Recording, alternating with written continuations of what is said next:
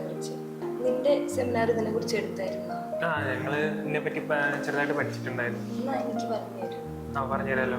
എനിക്ക് തോന്നുന്നു 2022 എംബോക്സ് ആദ്യമായിട്ട് ഇന്ത്യയിൽ സ്ഥിരീകരിച്ചിട്ടുള്ളത്. അന്ന് എനിക്ക് തോന്നുന്നു നമ്മുടെ കേരളത്തിലെ കൊല്ലം ജില്ലയിലാണ് ഒരു കേസ് എന്തോ റിപ്പോർട്ട് ചെയ്തിട്ടുള്ളത്. പിന്നെ അതിനുശേഷം നമ്മുടെ ഈ 2022 ഇത്ര ഭീകരമായിട്ട് ഇന്ത്യയിൽ ഈ കേസസ് റിപ്പോർട്ട് ചെയ്തത്. ഏകദേശം 100,000 പരം കേസുകൾ എന്തോ റിപ്പോർട്ട് ചെയ്തിട്ടുണ്ട്. അതിനുശേഷം 200 എന്തോ മരണങ്ങൾ ഉണ്ടായിട്ടുണ്ട്.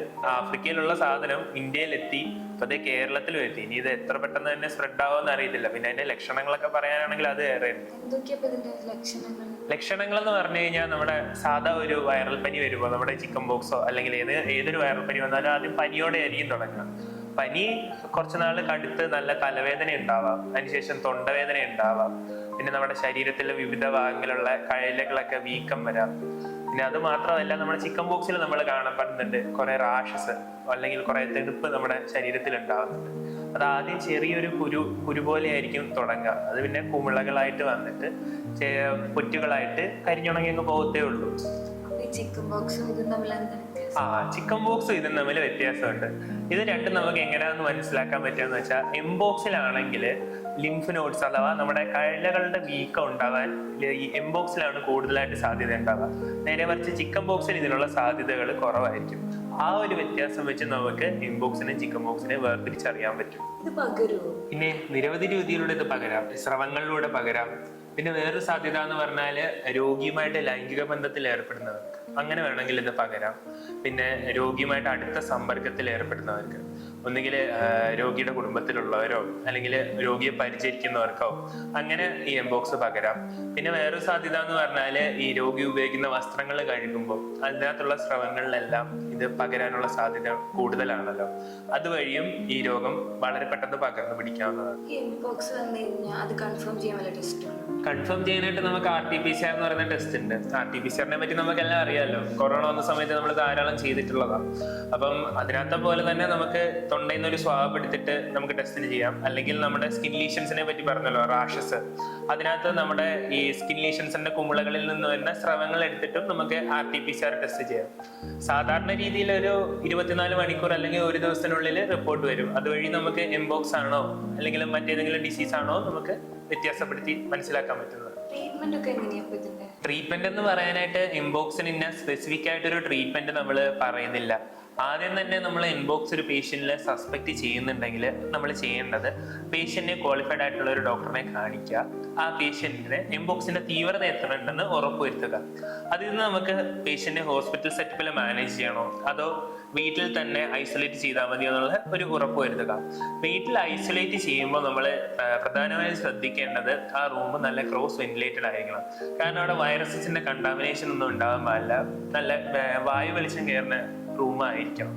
പിന്നെ അത് മാത്രമല്ല, നമുക്ക് രോഗിയുടെ സിംറ്റംസിനനുസരിച്ച്, ലക്ഷണങ്ങൾക്കനുസരിച്ച് നമുക്ക് മരുന്നുകൾ കൊടുക്കാവുന്നതാണ്. ഫോർ എക്സാമ്പിൾ, ഇപ്പൊ രോഗിക്ക് നല്ല തലവേദനയുണ്ട്, പനിയുണ്ട്, നമുക്ക് പാരസെറ്റാമോൾ കൊടുക്കാം. നല്ല ക്ഷീണമുണ്ട്, നമുക്ക് IV ഫ്ലൂയിഡ് ഇടാം. അങ്ങനെ രോഗിയുടെ സിംറ്റംസിനനുസരിച്ച് നമുക്ക് ട്രീറ്റ്മെന്റ് കൊടുക്കാവുന്നതാണ്. അതിനുശേഷം നമുക്ക് രോഗിക്ക് ചൊറിച്ചിൽ ഉണ്ടാവുകയാണെങ്കിൽ നമ്മുടെ സൂത്ത്നെസ് ആയിട്ടുള്ള കലാമിൻ ലോഷൻ പോലെയുള്ള വസ്തുക്കൾ ഉപയോഗിക്കാം. പിന്നെ ഫുൾ സ്ലീവ് ഡ്രസ് ഇടാം. പിന്നെ മാസ്ക് ഉപയോഗിക്കാം. ഇതെല്ലാം നമുക്ക് രോഗിയെ ചികിത്സിക്കാൻ വേണ്ടിയിട്ട് അവലംബിക്കാവുന്ന കാര്യങ്ങളാണ്. ഇനി രോഗിയെ പരിചരിക്കുന്നവർ ശ്രദ്ധിക്കേണ്ടത് എന്താന്ന് വെച്ചാൽ, ഈ രോഗിയെ പരിചരിക്കുന്ന ആള് പരമാവധി ഒരാളായിട്ട് കുറയ്ക്കാൻ ശ്രമിക്കുക. ഒരാൾ മാത്രം രോഗിയുമായിട്ട് ക്ലോസ് കോണ്ടാക്റ്റിൽ വരിക. പിന്നെ അവര് മാസ്ക് ഉപയോഗം ശീലമാക്കുക. പിന്നെ രോഗിയുടെ വസ്ത്രങ്ങളൊക്കെ അവരല്ലേ എടുക്കുന്നത്, അപ്പൊ അവര് ഗ്ലൗസ് ഉപയോഗം ശീലമാക്കുക. പിന്നെ അത് മാത്രമല്ല, കയ്യും മുഖവും സോപ്പ് ഉപയോഗിച്ച് കഴുകുക. അത് മാത്രമല്ല, രോഗിക്ക് കൃത്യമായി ന്യൂട്രീഷ്യസ് ഫുഡ് കിട്ടുന്നുണ്ടെന്ന് ഈ പരിചാരകരെ ഉറപ്പുവരുത്തുക.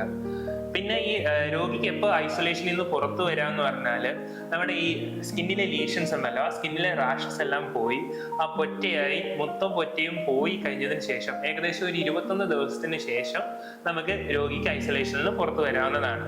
ഇത് മാത്രമല്ല, നമ്മുടെ പരിചാരകർക്കും ഈ രോഗം വന്നിട്ടുണ്ടോ നമ്മൾ ഉറപ്പുവരുത്തണം. എത്രയും നാള് രോഗിയെ ചികിത്സിച്ചത് ഈ പരിചാരകരാണല്ലോ, അവരെ ശുശ്രൂഷിച്ചത് പരിചാരകരാണല്ലോ, അപ്പൊ അവർക്കും ഈ രോഗം വന്നിട്ടുണ്ടോ നമ്മൾ ഉറപ്പുവരുത്തണം. അതിനായിട്ട് നമുക്ക് വീണ്ടും RT-PCR ടെസ്റ്റ് നടത്താം.